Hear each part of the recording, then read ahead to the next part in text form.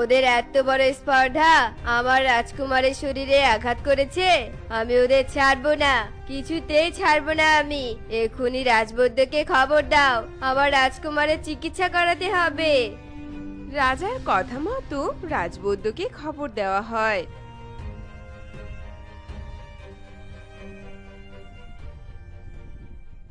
আর রাজবৈদ্য এসে চিকিৎসা করে কিছু ওষুধ দেয়।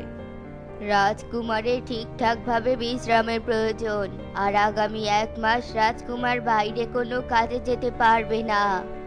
ঠিক আছে, আমি রাজকুমারের জন্য সবকিছু ঘরের ভেতরে ব্যবস্থা করে দিব, আর রাজকুমারের জন্য ভালো একজন দাসী নিয়োগ দিব। ঠিক আছে মহারাজ, এবার আমি আসি।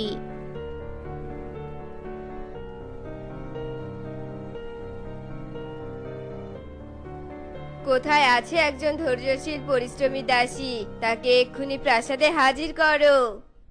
মহারাজ, এই জঙ্গলে একমাত্র টুনি আছে পরিশ্রমী, মেধাবী, বিচক্ষণতা সম্পূর্ণ। আপনি বরং ওকেই রাজকুমারের জন্য দাসী হিসেবে রেখে দিন।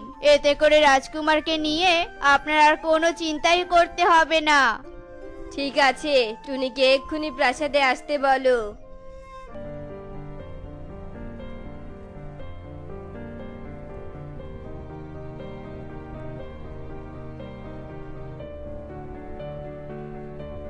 এরপর টুনিকে প্রাসাদে আনা হয় আর রাজকুমারের জন্য দাসী হিসেবে নিয়োজিত করা হয়। রাজকুমার, আপনি এই খাবারগুলো খেয়ে নিন। আমার একদম খেতে ইচ্ছে করছে না, আমার শুধু বাইরে যেতে ইচ্ছে করছে, খোলা হাওয়া খেতে ইচ্ছে করছে।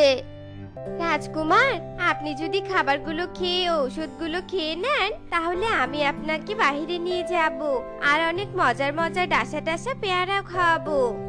সত্যি খাওয়াবে তো? হ্যাঁ রাজকুমার, আমি সত্যি আপনাকে বাইরে নিয়ে যাব। এরপর রাজকুমার টুনির হাত থেকে খাবারগুলো নিয়ে গপ গপ করে খেয়ে ফেলে, আর তারপর ঔষধও খেয়ে নেয়। আমি সবকিছু খেয়ে নিয়েছি, এবার আমাকে বাইরে নিয়ে যাও। আপনি বসুন, আমি এক্ষুনি উড়ন্ত মাদুরের ব্যবস্থা করছি। এরপর টুনি উড়ন্ত মাদুরের ব্যবস্থা করে, আর মাদুরে করে উড়ে উড়ে টুনি তার বাড়িতে আসে।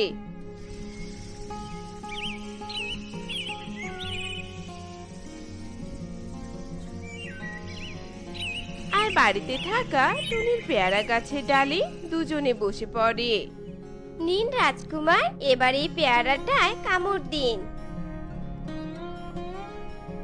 ও মা, উপরে সবুজ আর ভিতরে লাল পেয়ারা, আর পেয়ারাটা খেতেও তো অনেক সুস্বাদু। আগে পুরো পেয়ারাটা শেষ করে ফেলুন রাজকুমার, তারপর আমাকে বলুন আপনার অনুভূতিটা কেমন। টুনি, পুরো পেয়ারাটা খেয়ে আমি আমার শরীরে অনেক সুস্থতা অনুভব করছি, আর ক্ষতগুলো কেন জানি ঠিক হয়ে গিয়েছে। এমনটা কেন হলো টুনি, তুমি কি আমাকে বলতে পারো? রাজকুমার, এটা আমার কোনো সাধারণ পেয়ারা গাছ নয়, এটা স্বয়ং সৃষ্টিকর্তার দান। এই পেয়ারা গাছের পেয়ারা যে একবার খাবি, তার সব ধরনের সমস্যা ঠিক হয়ে যাবে। তাহলে তো এটা জাদুই পেয়ারা গাছ। এখনো সব ছাড়ুন রাজকুমার, আর আমার সাথে এবার প্রাসাদে চলুন, নয়তো রাজামশাই ভীষণ রেগে যাবে যে। রাজকুমার টুনির কথা মেনে নেয়, আর তারা প্রাসাদে ফিরে আসে। দেখতে দেখতে কেটে যায় বেশ কয়েকদিন।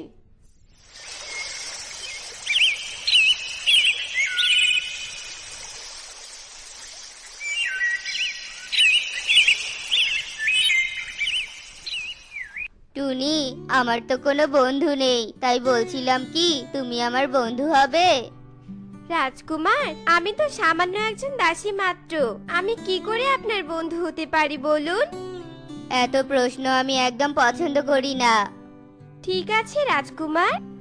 আর শোনো, আজ আমি হাতির পিঠে চড়ে শিকারে যাব, তুমিও আমার সাথে যাবে। টুনি রাজকুমারের রাগের ভয়ে আর না করতে পারে না। এরপর দুজন পিঠে করে শিকার করতে চলে যায়। আজ আমি একটা হরিণ শিকার করব, আর তারপর হরিণের চামড়াটা আমি আমার ঘরে সাজিয়ে রাখবো।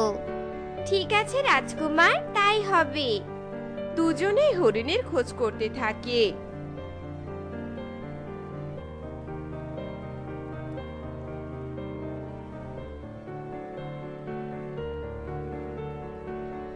এদিকে দেখতে দেখতে সন্ধ্যা নেমে আসে আর একটা বুড়ি হাতে হারিকেন নিয়ে তাদের পথ আটকে দাঁড়ায়।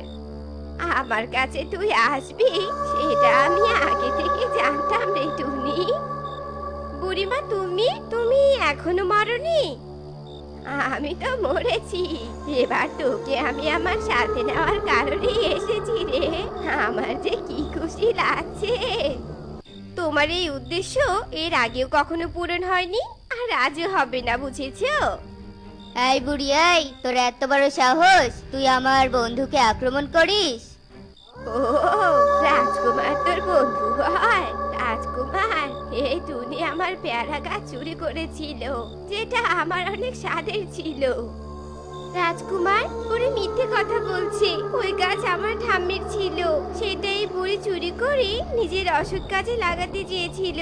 কিন্তু সেটা আমি আনার জন্য অনেক লড়াই করি, আর সেই লড়াইয়ে এই বুড়ি মারা যায়। আর আজ সে আমাকে মারার জন্য আত্মা হয়ে ফিরে এসেছে।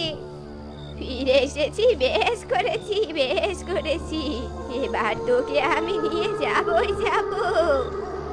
সাহস থাকে তো তুই আমার সাথে লড়াই কর, আর আমাকে পরাজিত করে আমার বন্ধুকে নিয়ে যা। তো হবে রে।